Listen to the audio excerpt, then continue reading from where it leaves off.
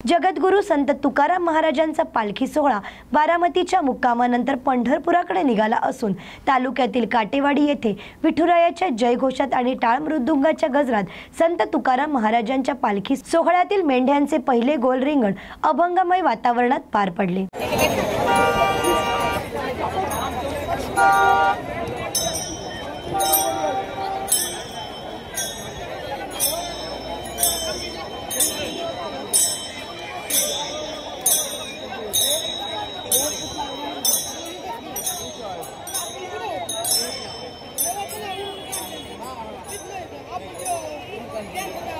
महावितरणाच्या मस्तगड भागातील कार्यालयाने जालना पंचायत समितीचा वीज पुरवठा खंडित केल्यामुळे ग्रामपंचायत कार्यालयांची कामे रखडली गेली।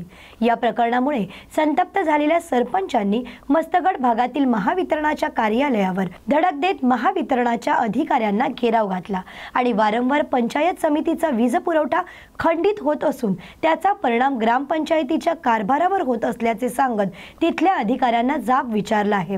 यानंतर असा प्रकार घडणार नाही असे आश्वासन महावितरण अधिकाऱ्यांनी दिल्यानंतर सरपंचांनी घेराव आंदोलन मागे घेतले असून पुन्हा वीज पुरवठा खंडित केल्यास महावितरण अधिकाऱ्यांच्या तोंडाला काळं फासण्याचा इशारा सरपंचांनी दिला आहे। आज तुम्ही काय समस्या घेऊन एमएससीबी ऑफिस मध्ये आलात? आमच्या पंचायत समितीमध्ये जालना पंचायत समितीमध्ये वारंवार या ठिकाणावर ती लाईट कट केली जात होती। त्यासाठी आम्ही सर्व सरपंच लोक ह्या ठिकाणावर त्यांना जॉब विचारण्यासाठी या अभियंत्याला आलो होतो।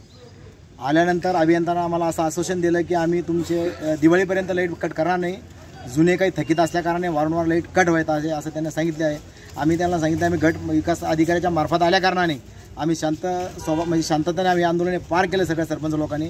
यानंतर त्यांनी जर लाईट पुन्हा कट केली तर आम्ही त्यांच्या तोंडाला काळा फासल्याशिवाय राहणार नाही। काय नाव आपलं? विजयलाल गाव माळचंद्रा ग्रामपंचायत सरपंच। मुंबईमध्ये होणारा मोर्चा मराठी माणसाच्या न्याय हक्कासाठी होणार असून नाशिक जिल्ह्यातून मोठ्या संख्येने उद्धव बाळासाहेब ठाकरेंचे शिवसेनेचे पदाधिकारी आणि कार्यकर्ते या मोर्चाला सहभागी होणार असल्याची माहिती ठाकरे गटाचे उपनेते दत्ता गायकवाड यांनी दिली आहे। नाशिकमध्ये महानगर प्रमुख विलास शिंदे नाराज असून शिंदे गटात जाणार आहेत। याबाबत दत्ता गायकवाड यांनी विचारले असता ते म्हणाले की त्यांना भरभरून दिलं असताना त्यांच्या मनात असे विचार येणे चुकीचे आहे। नाशिकमध्ये शिवसेना प्रमुखांचे विचार रुजलेले असून ज्याला जायचं त्यांनी जावं, आम्हाला फरक पडत नाही असं वक्तव्य गायकवाड यांनी केलं आहे। मुंबईमध्ये जो मोर्चा होणार आहे त्यासाठी सेना मनसेचा एकत्र मोर्चा होणार असं समजतंय। आता या मोर्चासाठी नाशिकहून काय तयारी आहे, किती पदाधिकारी जाणार आणि तुम्ही एकत्र जाणार? खरं तर जो काही प्रश्न आपण विचारलेला आहे, मुंबईमध्ये जो मोर्चा होणार आहे तो मराठी माणसाच्या न्याय हक्कासाठी किंवा जी हिंदीची सक्ती आहे सरकार लावते त्याच्या विरुद्ध तो मोर्चा आहे। आणि खऱ्या अर्थानं आपण समजून घेतलं पाहिजे की हे सरकार असं का करतं। तो माझ्यासारख्याला प्रश्न पडतो की ज्या वेळेस निवडणुका येतात, मग मुंबईच्या महापालिकेच्या निवडणुका या डोळ्यासमोर ठेवायचं आणि हिंदी भाषिक खुश झाला पाहिजे, त्याचे मतं आम्हाला पडले पाहिजे, हा उद्देश त्यांच्या डोळ्यासमोर असावा। आणि म्हणून यांनी या महाराष्ट्रामध्ये हिंदी सक्तीची करण्याचा प्रयत्न करताय।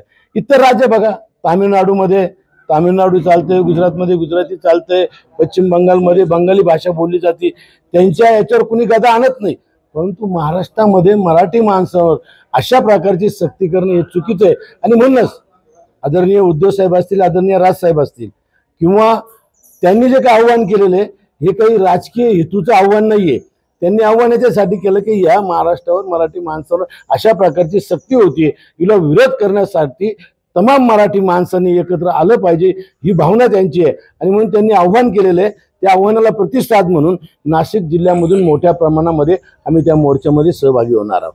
आता दुसरा प्रश्न असा आहे की शिवसेनेचे महानगर प्रमुख विलास शिंदे काही दिवसापासून नाराज आहेत, ते शिंदे सेनेच्या वाटेवर आहे असं बोलतात। आता खरं तर एका गोष्टीचं वाईट वाटतं की ज्यांना भरभरून दिलं, म्हणजे बबनराव घोलप 5 वर्ष 5 टर्म आमदार होते, मंत्री होते, त्यांचा मुलगा आमदार होता, त्यांची मुलगी महापौर होती, आता याच्या पलीकडे काय द्यावा? त्यांना भरपूर दिलं, बडगुजरांना भरपूर दिलं, विलास शिंदेंना भरपूर 5 वर्ष गटनेते होते।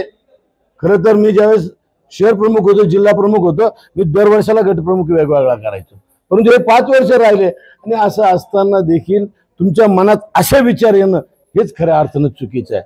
आणि म्हणून या ठिकाणी अनेक नेते जाताना आम्ही बघितलेले, शिवसेना सोडताना बघितले, अनेक ठिकाणी डॅमेज करण्याचा प्रयत्न आम्ही बघितले, परंतु कुठलाही फरक पडत नाही. नाशिक जिल्ह्यामध्ये शिवसेना प्रमुखांचे विचार इतके रुजलेले आहे तर ते कुणी काढू शकत नाही. आणि यांना येत्या निवडणुकीमध्ये कळेल आपण काय चुकी करतोय. त्यामुळे ज्याला जायचं त्यांनी जावं, काही फरक. आषाढी वारी तोंडावर असताना पंढरपुरातील शासनाच्या 108 रुग्णवाहिकेच्या चालक आणि डॉक्टरांनी काम बंद करून संपावर जाण्याचा इशारा दिला आहे. समान वेतन समान काम या तत्वावर 108 रुग्णवाहिकेच्या कर्मचाऱ्यांना सेवा सुविधा पुरवण्यात याव्या आणि जुन्या जिरण्या गाड्यांऐवजी नव्या रुग्णवाहिका द्याव्यात अशा अनेक मागण्यांसाठी रुग्णवाहिकेचे डॉक्टर आणि कर्मचारी संपावर जाण्याच्या तयारीत आहेत. आषाढमध्ये 15 लाख भाविक येत असून अशा परिस्थितीत येणाऱ्या भाविकांमध्ये आपत्कालीन व्यवस्थेसाठी रुग्णवाहिकेची गरज असते. पण अशातच 108 रुग्णवाहिकांचे डॉक्टर आणि चालक संपावर गेले तर प्रशासनाची डोकेदुखी वाढणार आहे. मी नागनाथ नामदेव नरळे करकम लोकेशनला काम करतोय. 2014 सालापासून आम्ही महाराष्ट्रामध्ये 1980 म्हणजे 2000च्या आसपास सर्व पायलट बांधव काम करत आहोत.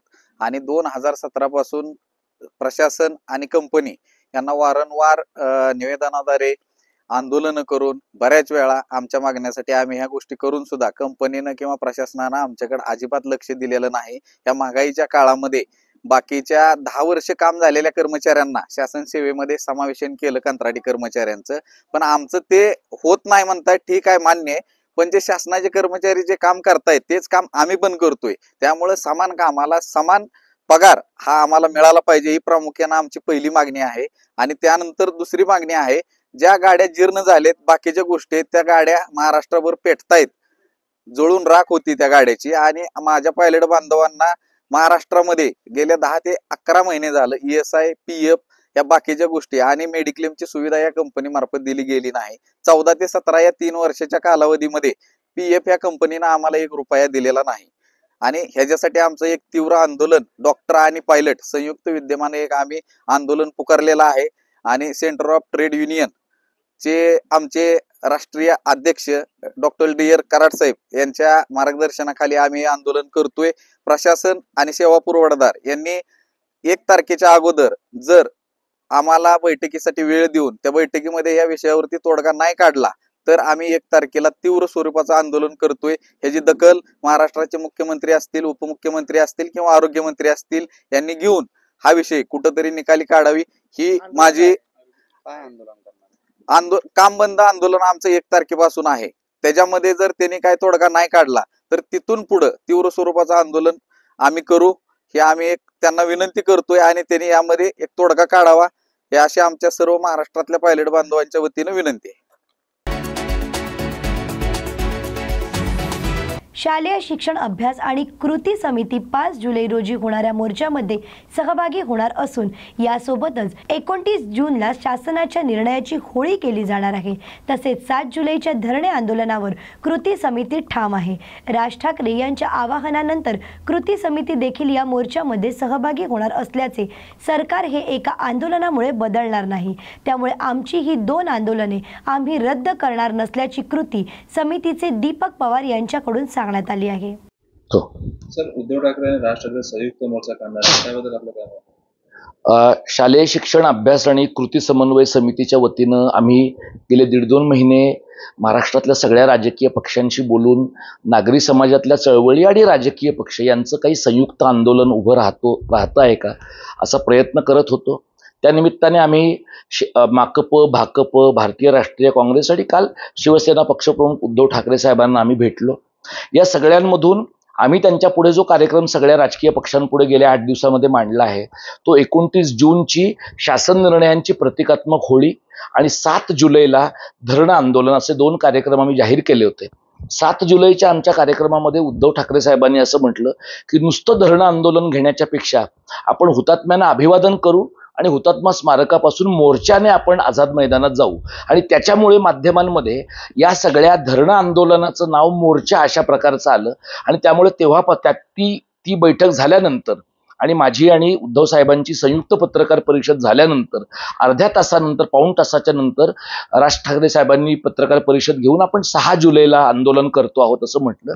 6 जुलै हे धरणं आंदोलनाची तारीख आम्ही कार्यकर्त्यांनी अगोदरच ठरवली होती, पण आषाढी एकादशीचा दिवस असल्यामुळे तो दिवस टाळला गेला आणि सोमवार वर्किंग डे आहे, कामाचा दिवस आहे, विधिमंडळ चालू असणार आहे, अधिक परिणामकारक दिवस होईल असं वाटलं. राज ठाकरे साहेबांनी 6 जुलैला मोर्चाची घोषणा केली आणि त्यानंतर त्यांनी 5 जुलैला केली आणि तेव्हापासून माध्यमांमध्ये दोन्ही भाऊ एकत्र येऊन आंदोलनं करतील का अशा प्रकारची चर्चा झालेली आहे. आज सकाळी संजय राऊत साहेबांनी त्यांच्या एक्स हँडलवरनं दोन्ही भाऊ एकत्र येऊन आंदोलन करतील असं म्हटलंय. तर हा जो काही मोर्चा हे दोन राजकीय पक्ष काढण्याचा प्रयत्न काढणार आहे त्याला आमच्या पूर्ण सदिच्छा आहेत. फक्त या सगळ्यामध्ये आमचे कार्यकर्ते सहभागी होत असताना 29 जून आणि 7 जुलै या 2 दिवसांमध्ये प्रतिकात्मक होळीचा कार्यक्रम आणि धरणं आंदोलन या 2 कार्यक्रमांमध्ये कोणत्याही प्रकारचा बदल करू नये असं शालेय शिक्षण अभ्यास आणि कृती समन्वय समितीनं काल रात्री उशिरा झालेल्या बैठकीमध्ये निश्चित केलं. याचं साधं कारण असं आहे की केवळ हिंदीची सक्ती या शॉर्ट फॉर्ममध्ये आम्ही याचा विचार करत नाही. तिसऱ्या भाषेची सक्ती आणि त्याच्या पोटामध्ये असणारं संघ आणि भाजप परिवाराचं हिंदी हिंदू हिंदुस्थानचं जे मराठी माणूस, मराठी भाषा, मराठी अस्मिता आणि महाराष्ट्रीयत्वाला ठेचणारं कथन आहे ते त्याला नामोहरम करण्याचा भाग म्हणून आम्ही या आंदोलनाकडे पाहतो. त्यामुळे उद्धव ठाकरे साहेबांचं आणि राज ठाकरे साहेबांचं जे आंदोलन आहे त्याच्यामध्ये कार्यकर्ते म्हणून आमच्यातले काही लोक सहभागी होतील, आमच्या त्याला सदिच्छाही आहेत आणि आणि ज्या 4 पक्षांच्या लोकांना आम्ही 29 तारखेचं आमंत्रण दिलेलं आहे तेही याच्यात सहभागी झालेत आणि या तुमच्या चॅनलच्या माध्यमातून ज्यांच्यापर्यंत आम्हाला आता पोचता आलेलं नाही किंवा एकूणच कामाच्या गडबडीमुळे ज्या राजकीय पक्षांकडनं अद्याप आम्हाला भेटीच्या वेळा मिळालेल्या नाहीत असा पक्ष म्हणजे दादांचा असेल, शिंदे साहेबांचा पक्ष असेल, पवार साहेबांचा पक्ष असेल, अगदी राज ठाकरेंचा पक्ष असेल, कारण राज ठाकरेंची भेट घेण्यासाठी सातत्यानं आमच्याकडल्या लोकांनी प्रयत्न केले. आमच्या समन्वय समितीचे एक सदस्य रमेश पानसे यांचे चिरंजीव अभिजित पानसे हे मनसेमध्येच आहेत. अनिल शिदोरे आणि संदीप देशपांडे यांच्याशीही आमचं फोनवरनं बोलणं झालेलं आहे. त्यामुळे ज्यांना आम्ही भेटू शकलो आहोत आणि ज्यांना काही कारणांनी भेटू शकलेलो नाही आहोत या सगळ्यांना आम्ही 29 जूनच्या शासन निर्णयांच्या प्रतिकात्मक होळीच्या कार्यक्रमाचं जो मुंबई मराठी पत्रकार संघात दुपारी 3 वाजता आहे त्या कार्यक्रमासाठी आमंत्रण देतोय. जे लोक मोर्चामध्ये सहभागी होत आहेत, मोर्चा आयोजित करतायत त्यांनाही शुभेच्छा देऊन तिथेही आमची जी काही माफक ताकद आहे त्यानेही आम्ही सहभागी होणार आहोत आणि 7 जुलैचं जे धरणं आंदोलन आहे त्याच्यामध्येही सगळ्या राजकीय पक्षांनी आणि नागरी समाजातल्या चळवळींनी सहभागी व्हावा अशी विनंती आम्ही करतो आहोत. याचं कारण हे सरकार पाशवी बहुमताचं सरकार एक मोर्चा, एक आंदोलन, एक धरणं आंदोलन किंवा एक सभा याने बधेल इतकं कमकुवत आहे असं मला वाटत नाही. किंबहुना या मंडळींना महाराष्ट्रात इतकं राक्षसी बहुमत असताना कुणी पावसाळ्यानंतरचा सीझन सुरू झाला असल्याने नवी मुंबईच्या APMC मार्केटमध्ये सध्या विविध राज्यातील अनेक प्रकारचे पेरू दाखल व्हायला सुरुवात झाली आहे. 30 रुपयांपासून ते 100 रुपयांपर्यंत पेरू विकले जात आहेत. यामध्ये सफेद, लाल असे पेरू उपलब्ध असून पुढील काही महिने पेरूचा सीझन सुरूच राहणार असल्याची व्यापाऱ्यांनी माहिती दिली आहे. काय सांगा सध्या पेरूचं डिमांड वाले काय कारण आहे, काय पेरूमध्ये C विटॅमिन जास्त प्रमाणात आहे आणि डायजेशन खूप चांगल्या प्रमाणात होतं. त्याच्यामुळे पेरू जवळजवळ लॉकडाऊनपासून पेरूची व्हरायटी पण वाढली. पहिलं फक्त आपला देशी पेरू यायचा, आता पिंक येतोय पेरू, कलिंगड पेरू येतोय, VNR येतोय. त्या पेरूने बॉडीसाठी खूप जास्त फायद्याचं फळ आहे. रक्त पातळ करणे, शुगरवाल्यांचं शुगर कंट्रोल करणे, अशा सगळ्या गोष्टी पेरूमध्ये खूप आहेत. प्रामुख्याने कोरोनानंतर याची जास्त मागणी आणि लागवड पण भरपूर प्रमाणात आहे. पेरूला कमीत कमी 30 रुपये किलो बाजार आहे, तर जास्तीत जास्त 100 रुपये किलो आत्ताच्या वेळेला बाजार आहे. पेरू आत्ता सध्या महाराष्ट्रातला जास्त येतोय, मध्य प्रदेशमधनं पण येत असतोय, थोडा साऊथमधून पण येत असतो. आत्ता महाराष्ट्राचं सुरू आहे. त्याच्यामध्ये काय काय त्याच्यात कलिंगड पेरू तो आतमध्ये बी कमी असते आणि पूर्ण लाल असतो. एक पिंक येतो आतमध्ये आणि एक व्हाईट येतो. व्हाईटला VNR बोलतात. व्हाईटला पण गोडी खूप असते. प्रत्येकाला जशी टेस्ट आवडेल तसं माणूस ते चॉईस करते. सध्या याचा सीझन कधीपासून कधी आहे? आत्ता 15 दिवस झाले चालू. पेरू भरपूर दिवस, जवळजवळ 8-9 महिने पेरू होतो. आत्ता जस्ट नवीन चालू झाले पावसाळ्यानंतरचे. मागणी कधी आहे बऱ्या प्रमाणात आहे. गिराईक जास्त पेरू पसंत करतात. असं पण पेरूने डायजेशन खूप चांगलं होतं, त्याच्यामुळे पहिले पण पेरू खायचे, पण आता या व्हरायट्या जास्त वाढल्यात त्याने अजून फरक पडला. आणि कोरोनापासून त्याचं जास्त माहिती लोकांना कळाली. बाहेर देशात पेरू होतो? हो, थोडं डिमांड आहे ना, जातं ना, एक्सपोर्ट पण होतं पेरू. एक्सपोर्ट आत्ता सांगितलं ना की कमीत कमी 30 रुपये किलोपासून 100 रुपये किलोपर्यंत बाजार आहे. मी बाळकृष्ण विठ्ठल शिंदे.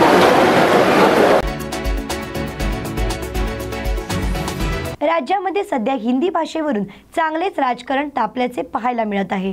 छत्रपती संभाजीनगर शहरातील क्रांती चौक येथे शिवसेना ठाकरे गटाच्या वतीने हिंदी भाषेच्या GRची होळी करत जोरदार आंदोलन करण्यात आले. 16 एप्रिल रोजी महाराष्ट्र शासनाने दुर्दैवी GR काढून महाराष्ट्रातल्या शाळांमध्ये हिंदी भाषेची सक्ती करण्याचे आदेश दिले असून याला ठाकरे गटाकडून तीव्र स्वरूपात विरोध केला जात आहे. 16 एप्रिल रोजी महाराष्ट्र शासनाने एक दुर्दैवी GR काढून महाराष्ट्रातल्या शाळांमध्ये हिंदी भाषेची सक्ती करण्याचे आदेश पारित केलेले आहेत. महाराष्ट्रामध्ये कुठल्याही जनतेने, कुठल्या शिक्षण मंडळाने, कुठल्या शिक्षण तज्ञाने, कुठल्या शाळेने कसल्याही प्रकारची मागणी न करता, कुठलंही कारण नसताना अननेसेसरी हिंदी भाषेची सक्ती करण्याचा जो GR काढलाय त्याचा निषेध करण्यासाठी आम्ही या ठिकाणी आंदोलन करतो आहोत. महाराष्ट्र शासनाने खरंतर मराठी भाषा वृद्धिंगत कसं होईल याकडे लक्ष दिलं पाहिजे. मराठी शाळांची दुरावस्था याकडे लक्ष दिलं पाहिजे. या सगळ्या गोष्टी सोडून हिंदी भाषेची सक्ती करणं म्हणजे जखम मांडीला मलम डोक्याला अशा पद्धतीचा शासनाचा निर्णय आहे. त्याचा निषेध करण्यासाठी आम्ही या ठिकाणी एकत्र नाही चलेगी हिंदी GR माझ्याकडे आहे. GRची कॉपी आहे. GRची कॉपी दे. हा GR आहे आणि याची आम्ही आता होळी करणार आहोत. याच्यामध्ये स्पष्ट उल्लेख केलेला आहे, भारतीय जनता पक्षाच्या सर्व नेत्यांना बेमालूमपणे खोटं बोलण्याची सवय आहे. त्याचा हा भाग आहे की तुम्ही विचारताय. हा GR आहे, याच्यामध्ये स्पष्ट लिहिलेला आहे. खारघरला दिवसाला 90 मिलियन लिटर पाण्याची गरज असताना फक्त 70 मिलियन लिटर पाणी दिलं जात असून उर्वरित 20 मिलियन लिटर पाणी धरणातून जवाहरलाल नेहरू पोर्ट ट्रस्ट याला वळवले जात असल्याचा आरोप नागरिकांनी केले आहे. तर सिडको अधिकारी आणि जवाहरलाल नेहरू पोर्ट ट्रस्ट हे दोघेही यासाठी पुढाकार घेत नसल्यामुळे खारघरच्या नागरिकांचे हक्काचे पाणी दुसरीकडे वळवलं जात आहे. हा पाणी चोरीसारखा प्रकार आहे असे देखील आरोप केले जात आहेत. तसेच जर घोषणाबाजी करून पाणी मिळणार असेल तर आम्ही रोज घोषणाबाजी करायला तयार आहोत. सिडकोने या विषयात तात्काळ कारवाई करावी, अन्यथा आंदोलन अधिक तीव्र केले जाईल असा इशारा नागरिकांनी दिला असून सर्व सेक्टर प्रमाणे समान आणि किमान 6 तासांचा पाणी पुरवठा द्यावा अशी मागणी करण्यात आली आहे. अनेक वर्ष सिडकोने ह्या ठिकाणी जे पाण्याचं नियोजन आहे ते इतकं ढिसाळ पद्धतीचं नियोजन आहे.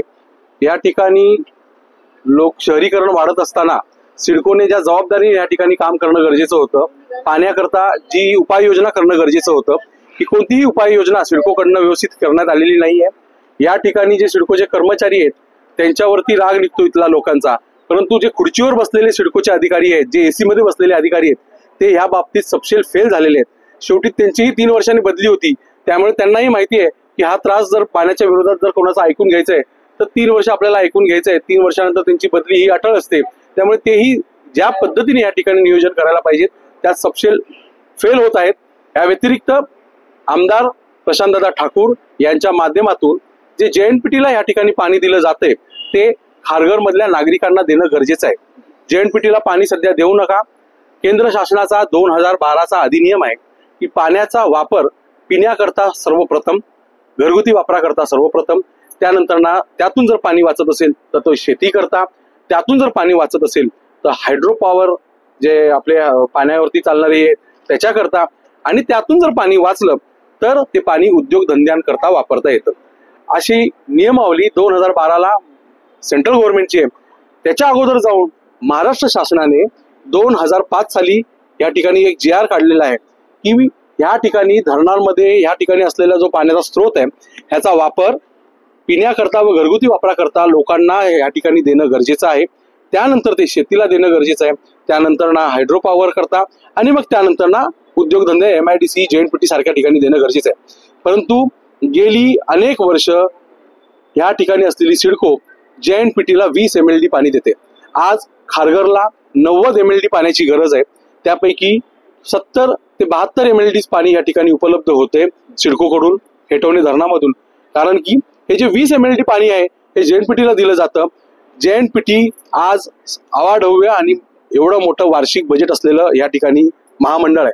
JNPTने जर ठरवलं त्यांचं 20,000 करोडचं वर्षाचं आर्थिक बजेट आहे त्यांचं. त्यांनी जर ठरवलं तर 200-250 करोडची ती मशीन आहे ज्याच्यामधून समुद्राचं पाणी इतक्या लेवलला शुद्ध होतं की ते पाणी आपण पिऊ शकतो. याच मशिनरी इस्रायलमध्ये आहेत. याच मशिनरी चेन्नई या ठिकाणी सुद्धा या मशिनरीचा वापर होतो. एवढं मोठं महामंडळ आहे JNPT. त्यांनी त्या संदर्भात मशिनरी घ्यावी.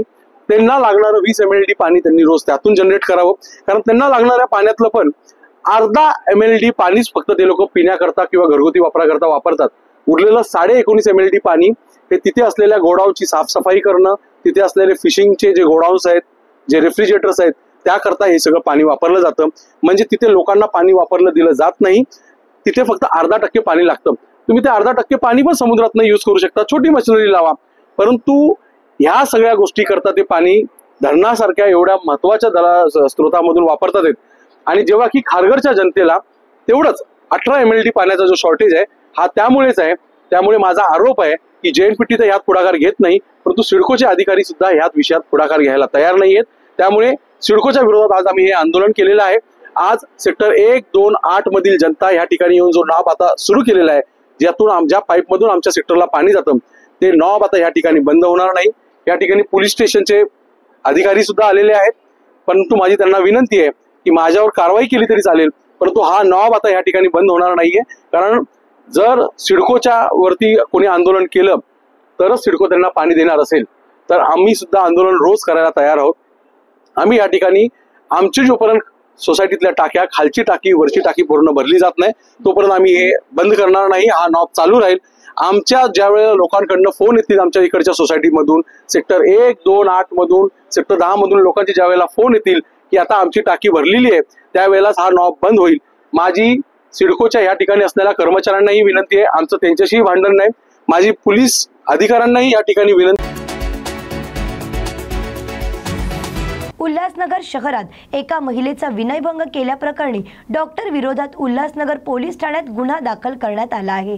या गुन्ह्यात पोलिसांना 3 तासात आरोपीला अटक करत दोषारोप पत्र न्यायालयात दाखल केले.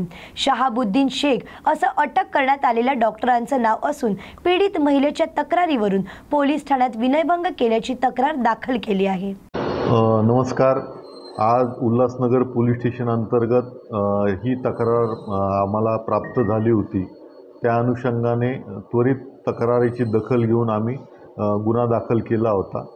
त्यात 3 तासांमध्ये आम्ही यामध्ये सर्व साक्षीदारांचे स्टेटमेंट्स, त्यानंतर इतर जी कायदेशीर बाबींची पूर्तता होती ती करून 3 तासामध्ये संबंधित आरोपीला अटक करून चार्जशीट जे आहे ते न्यायालयात सादर केलेलं आहे.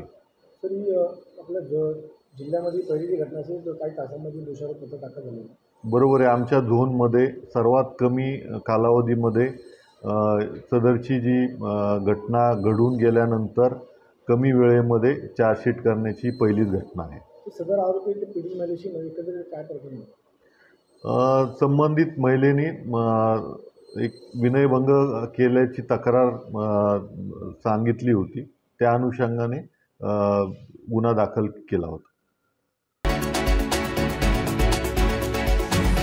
मोताळा तालुक्यातील माळेगाव येथील आदिवासी बांधवांवर केलेल्या अत्याचाराचा निषेध व्यक्त करत वन विभागाने उद्ध्वस्त केलेली आदिवासी बांधवांची घरे त्याच ठिकाणी बांधून देण्यात यावीत।